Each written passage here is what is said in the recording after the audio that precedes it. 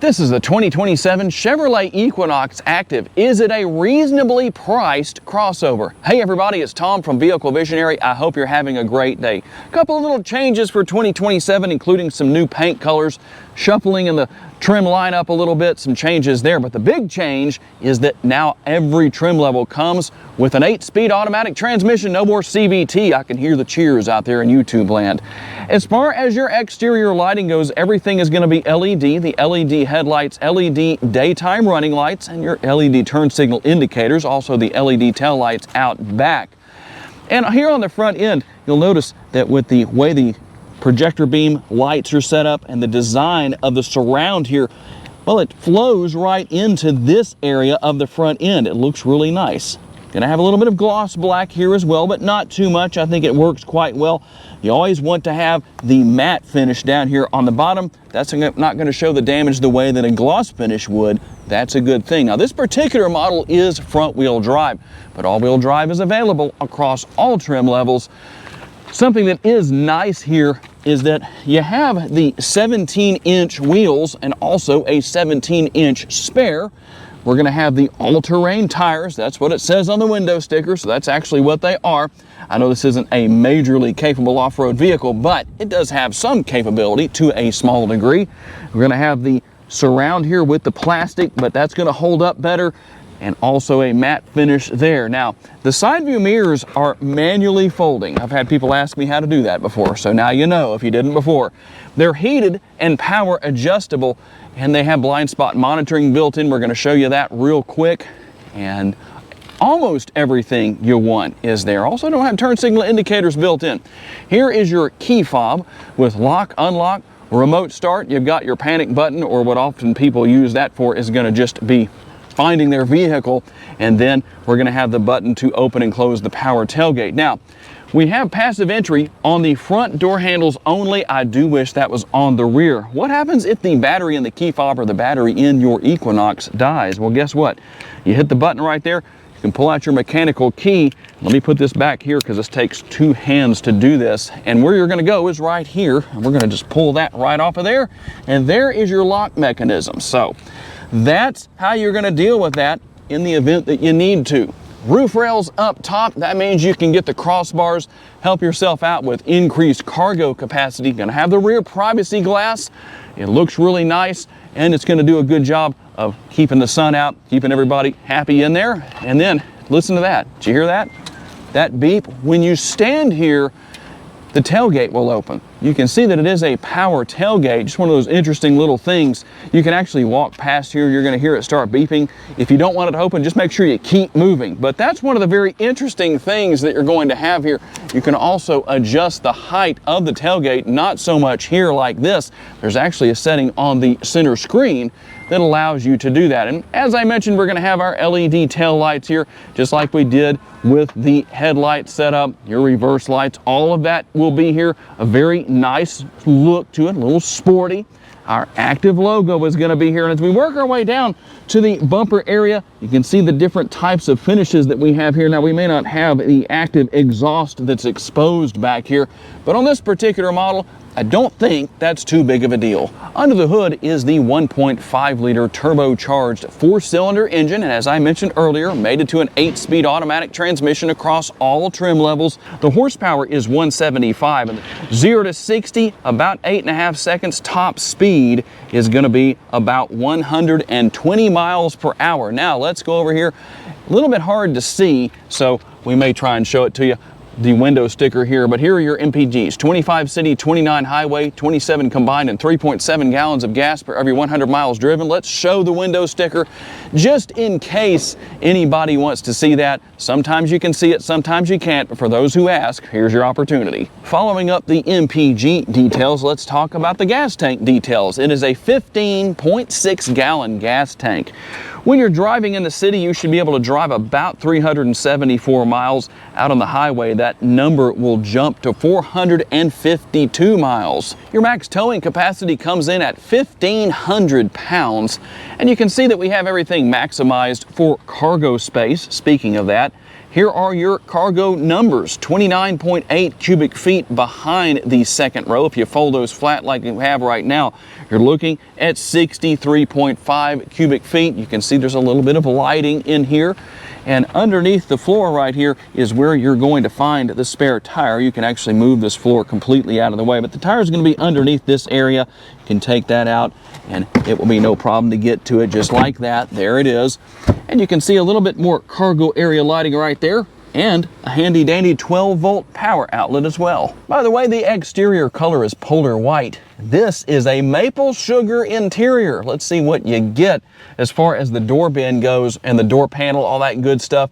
You can see the armrest. I do wish that front area wasn't angled like it is, because that does kind of take away from some of the armrest space. You'll also have that nice large door bin down there and the button for your power windows. Now, as we work inside, no sunroof in this case. I know for me, that works really well. For some of you, it might not. We will have rear seat pockets on the back of each seat. As you can see right here, our USB ports will be above the dual air conditioning vents, and a little bit of storage space right down here. Not a whole lot, but there is some there. And then we had the fold-down armrest with the cup holders built in. Now, a very common question I get, do these seat backs recline? No, they don't. There is a little bit of recline built into them, but there's no adjustability. And the sticker price, $37,155. Tell me what you think about that down in the comment section. Let's see what else you get for that price. We'll start here with our upper console. We're going to have our lights right there, which, by the way, if you want to turn all of the lights on as far as your interior lighting goes, you just hold that down and then everything will come on in the front and back seat area. And obviously you repeat the same process to turn it all off. You can see OnStar, SOS, all that stuff is going to be here. We have our rear view mirror right here that isn't auto dimming, but you can flip the lever down there and it will dim. Also, a sunglass holder right here, something I know a lot of you are looking for. Now we'll take a look through and see what else we have. We're going to have the glove box down there, the typical size glove box. So it's nothing out of the ordinary, but it's here, so we might as well show you. You're going to have those rounded air conditioning vents on the outside of the dash area, and a little bit more space with the armrest on these front doors than what we had on the rear. I still wish that front area was flat instead of angled, but that's what it is. A little more space with the door bin too. And we'll come right here and take a look at what we have on the driver's side door. Your lock and unlock buttons. Here are your power mirror adjustments right there. And then we have one touch down, one touch up at the driver's side door only. So just something to be aware of. Plenty of room again with that door bin right there. And here is a button. Let's see if I can give you a look at that to open and close the power tailgate. The hood release is right here. Your power parking brake is right here. And there is that pesky auto stop start feature off button. Turn that thing off. Some of you actually like that, and that's fine if you do. Auto hold is here too. And then we move over here and take a look at our front and rear window wiper controls on the turn signal lever. So for those of you that have been trained in the advanced art of using your blinkers, you know what to do with that. And then our shifter is right here. So all we're going to do is put our foot on the brake, pull back on that, and then pull down or up, whatever we need to do to go into drive or reverse, and then to go into park right there. Now, one thing that I have had people ask about is, can you get rid of the audio details right here? No, you can't. Now, you can change that, but you can't actually get rid of it. We can go through the different options for what you can see on the driver's display with that button right there on the steering wheel. And then you have your other controls here, such as voice command, heated steering wheel, can determine what you're listening to. We're also going to have everything over here for adaptive cruise control. And there are shifter paddles on the back of the steering wheel, so you can have fun working your way back and forth through that 8-speed transmission. And we're going to control what we're listening to over here. On the other side, we can control the volume. And it is a tilt and telescopically adjustable steering wheel with the lever that you drop right down here. Now, we're going to have, that was the 11-inch driver's display. This is the 11.3-inch center screen, a little bit bigger. You only have one camera here, but just so you can see what's going on, it is here. A lot of people still ask me about that. You will not find anything now in the United States that does not have at least a backup camera. Now, let's take a look at what we have here. You might have noticed there were some things missing from the driver's display. Here is how you can change that. If you want to know the coolant temperature, and I know a lot of people do, you're going to select it right there and come to add to driver's display, and then it will be over here on the left hand side. I don't know how well you can see that, but it's going to be over here, and then obviously you can get rid of that as well, because you can see right down here that it also says remove from driver's display, and you can do that with everything else that is here, just so you know what's going on where that's concerned. And then we can also come in here and see our tire pressure, all that good stuff. There's quite a few different options here as far as what you can see. You can see your oil life and all those different things. We're not going to go through all of that, but I just wanted to show you a little bit of what's going on. There's the Google Play Store. You can come in here and deal with climate. Now, there are physical controls, which is a good thing, but you can also come in here and make some changes depending on what you want to do where that is concerned. We'll come back out of this. Wireless capabilities for pairing your smartphone. You have Android Auto and Apple CarPlay. We can go over here and see what else we're going to have. We have controls right here just to show you a little bit of what's going on here. You can see some of the different options and different things that you can work with. You can also go to see more controls. This is where your garage door opener controls will be, or buttons, or selections, whatever you want to call it, options. No more of the physical controls for that. I don't know what everybody thinks about that. You'll have to tell me down in the comment section, but you can program up to 8 garage doors.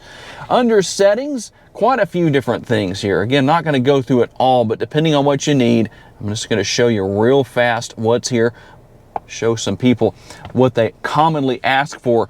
You have teen driver mode, rear seat reminder. You can turn these things on and off if you want to, depending on what you want to do. Speed assist, collision detection systems. There's your alert type, forward collision warning, front pedestrian braking, intersection collision braking, side bicyclist alert, lane change alert, reverse automatic braking, park assist, and rear cross traffic braking. And you can go in and change these.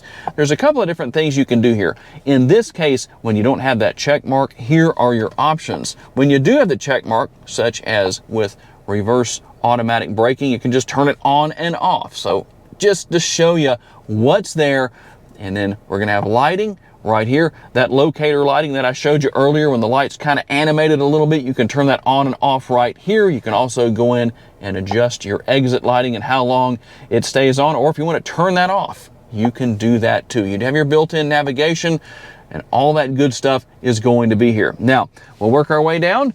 Dual zone climate control. I like that, having the physical controls, everything for temperature on each side, fan speed. You will also have the 3 different settings for the heated seats. I dare not leave that on today. And then below that, we're going to have everything for a couple of USB ports, a little bit of storage space, and there is a wireless charging pad here, so that is a good thing. Now, let's look at our driving modes, and we can go up to the center screen to see exactly what those are. There's normal. We're going to have snow and ice. I wish I would cool things off today, just going into that mode. But that is what we're going to have. Apparently those are the only 2 driving modes here in this Equinox. And you've got the piano finish here. Don't play the piano on it because it will fingerprint up, but you can see that you have the cup holders right there and a little bit of storage space behind that. We're also going to have the center console lid that doubles as an armrest, and then when I open that up, we'll have a decent amount of space in there for this size of SUV. For those who often ask for it, here's a quick sampling of the audio.